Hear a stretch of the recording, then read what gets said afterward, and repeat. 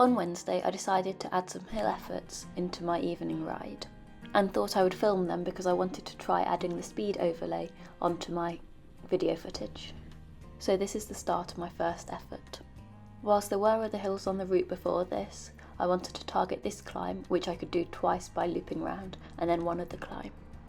These are both relatively short climbs, and I don't ride them that regularly. I started out reasonably well, with quite a high cadence. This is something I'm looking to review, and this video footage with the overlay is going to be really helpful for some video analysis.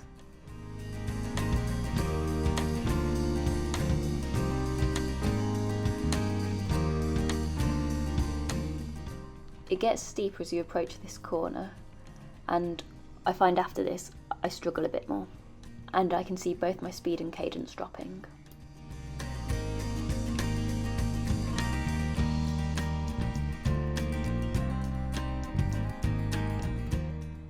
The climb then eases up a bit, with even a short section of downhill before it steepens up towards the end again.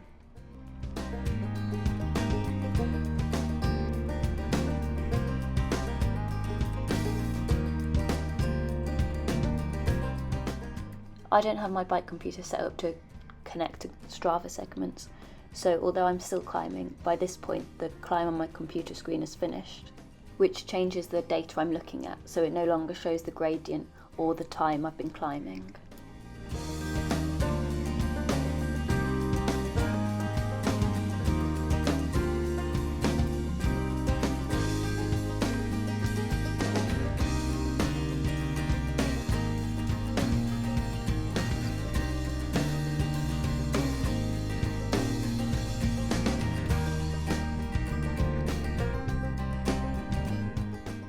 The Strava segment for this climb is a third of a mile at 4.8%, and on this effort I managed to get 7th, which I'm quite pleased with.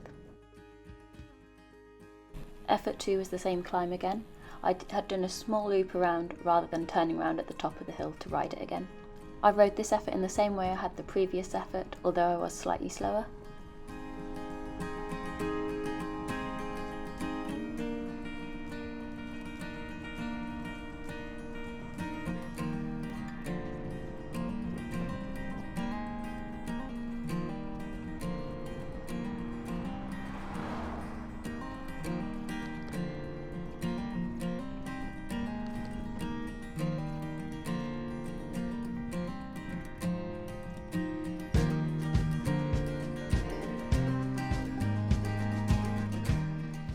I don't follow a specific training plan, I just kind of do what I want when I want.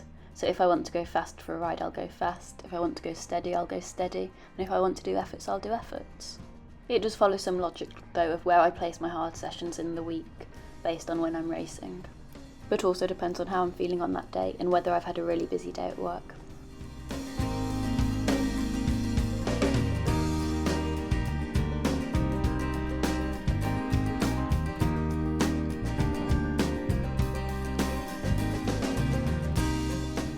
This effort was 4 seconds slower than my previous effort, although it was still my second fastest time up this hill on Strava.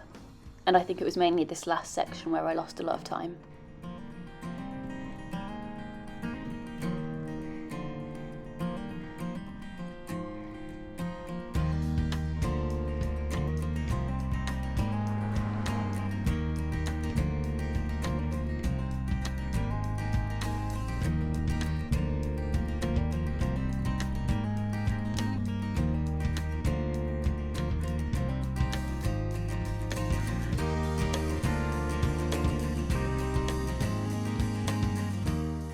On to effort 3, which was a different climb. The previous effort started immediately after a downhill, whereas this road has a downhill, a bit of flat, and then goes up again.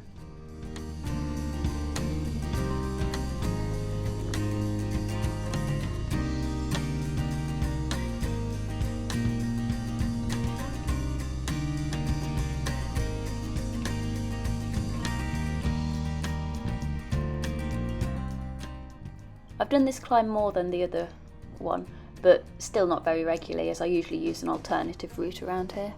In the past I've really struggled to pace this hill. It's a straight road with a steady gradient, although I find near the top it really drags, and I think that throws me on how I'm pacing it. I always think it's a short climb, and it's not as short as I think. In fact, it's ever so slightly longer than my other effort.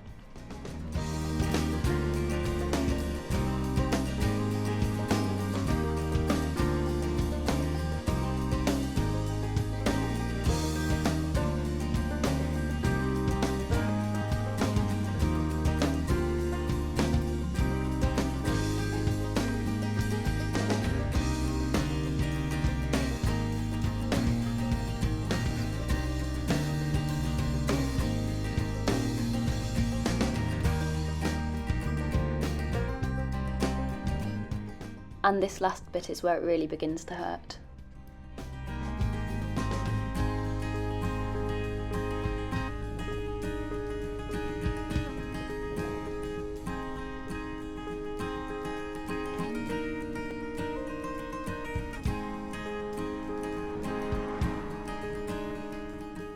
There's 2 Strava segments on this climb, a shorter one and then one for the full length of the climb, and I PB'd on both of them on this effort.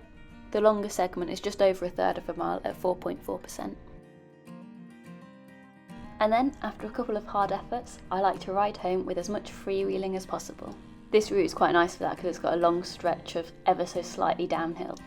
This allows me to focus on carrying my speed, particularly around bends, where I might change my pedalling position but still continue freewheeling.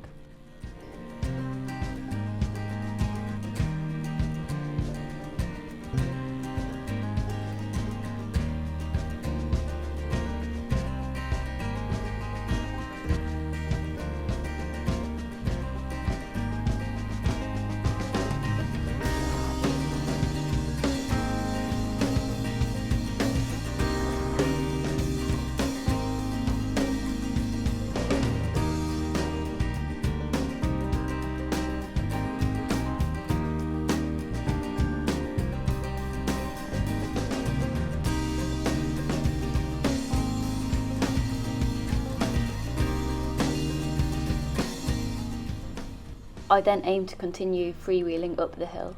I tend to get to around 15-16 miles an hour before I start pedalling again.